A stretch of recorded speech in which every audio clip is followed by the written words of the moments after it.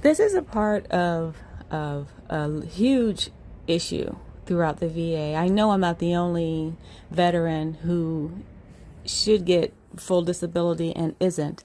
And there are veterans who are not entitled to full disability and they are getting it. But that's life. What can you do? Hopefully, maybe that'll get cleaned up one day, as well as I'm hoping this will get cleaned up. As you can see from this letter, I am ongoing trying to have a harassment situation and with civilians and unfortunately soldiers. The worst that happens is they just get relocated and become somebody else's problem. As in this situation, I just came out of the mental health clinic and I'm dealing with a civilian who's supposedly helping soldiers, saying he wants us to get in the Hundo Club. And yes, his name is Chris Thomas. And not once did he ask me why I was in there. He wants to get me into the Hundo Club, 100% Club of Disability. But he never once asked me while I was there. I'm fresh out of the clinic on 4th floor, mental health, on medications, don't think clearly, and I am not able to stand up for myself to say, hold up, I'm new at this. I'm thinking, okay, so when I go to the next step, I'm going to continue with my complaint with what I have. That was not the situation. They can only help you with what was put on the form. So all the way back to April of, what was this, 23, 22, 23, 23, I'm missing out on disability income. After I left the office, as you can see from the first text, hey, Chaplain Nika, it's me, Chris, he introduces a text conversation, which is something they are not supposed to do.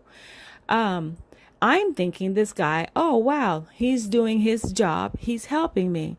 But being a female, automatically I'm thinking, let's make sure this is business and not personal. So right away, I put my then website address. Yes, chaplain is spelled incorrectly, but once again, I was just out of the mental clinic and I spelled it incorrectly. So there you go. Didn't want to waste money and do it all over again. So deal with it. So right away, I give him my, chaplain information so he can see and check everything out. And I ask him, was everything, cool, trying to keep it about the claim. He says, oh, no, we'll have your signature, we'll come up, we'll do it. But while I was in there, he had my signature. Why did he need my signature again? And then he asked me questions, about everything. And for clarification, I asked him, are you wanting me to meet you elsewhere? So right away, I'm asking to say, let's keep this, we're putting this in writing. You know that this is what we're doing. Oh, yeah, it's fine. So if this was something he wasn't supposed to do, perhaps he'd say something, saying he's always on my team, blah, blah, blah. But why are we meeting outside the facility? I'm thinking this was okay, right? I mean, surely the VA wouldn't have somebody who's meeting people off property. Even Maria, the one who works at the office, even she says, hey, he's not supposed to be texting you guys. But I'm thinking, well, he's helping me. I don't understand why she didn't explain, the guy's helping me.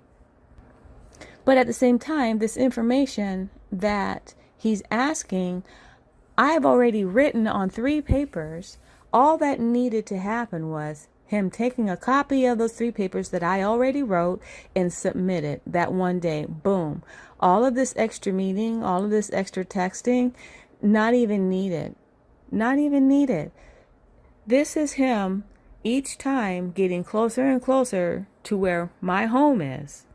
Why is he using me as social media? Why is he texting me videos of himself and where is he doing things when he says he's supposed to be meeting me? I mean, I'm, like I said, still foggy on new medication that misdiagnosed. So is he trying to take advantage of me, even though, because I've told him all of this, hoping that I'll say, okay, let me go meet him? I mean, he's constantly showing me his life and I'm constantly sticking to business. Why are we able to get away with this?